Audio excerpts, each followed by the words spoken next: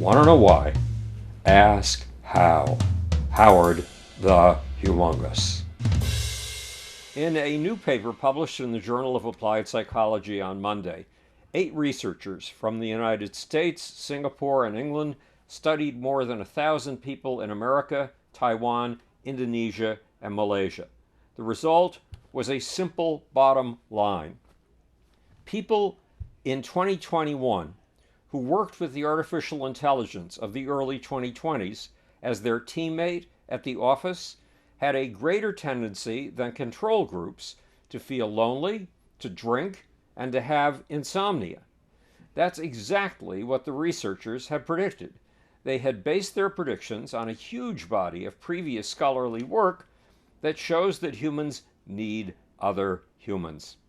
In psychology, this focus on the importance of your social connections is called the social affiliation model. But the researchers behind the new paper theorized that AI would cut us off from other people, and that when we are starved of human company, we do one of two things. Some of us reach out to help our coworkers. We weave ourselves back into the social fabric, the fabric of warmth and friendship. But others among us do the opposite. We withdraw into ourselves. We self-isolate. Those of us who withdraw are more likely to feel lonely, to use alcohol, and to have trouble sleeping.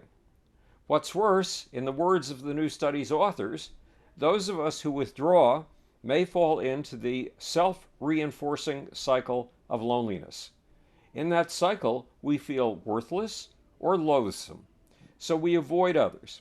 But when we are isolated, we feel even more worthless and loathsome, so we drink and we have trouble sleeping. At first glance, the bottom line of the new study looks simple. Working with artificial intelligence as your partner will make you lonely, rob you of sleep, and drive you to drink. But that was the AI of 2021, the AI before ChatGPT, the AI before what's called large language models.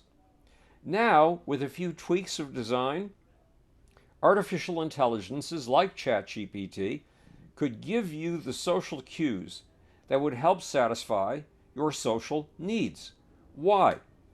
Entrepreneurs and researchers have been working for over 10 years on AIs that recognize your feelings and express feelings of their own.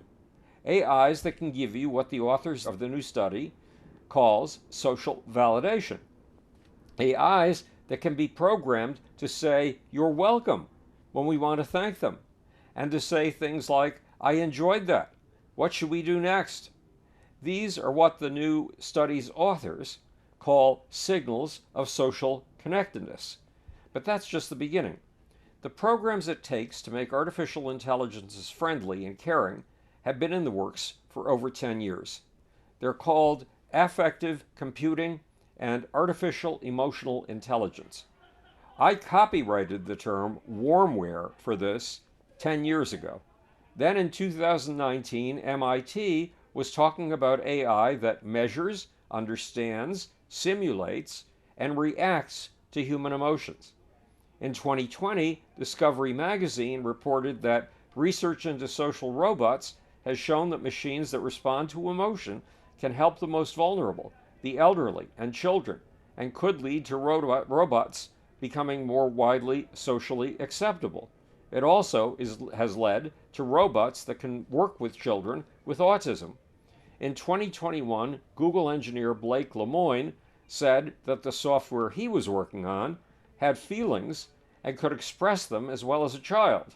Lemoine was fired for breaking his non-disclosure agreement. And today, there are over 14 emotional computing companies. So software already up and running could turn our AIs into our new best friends, the only ones we dare share our deepest secrets with, and the first shoulders we cry on when we need support and advice. That would end the loneliness, which, when the 2021 research was done for the new study on artificial intelligence and loneliness, triggered drinking and insomnia. This is Howard Bloom speaking to you from the future it's your job and my job to make. Or, want to know why? Ask how.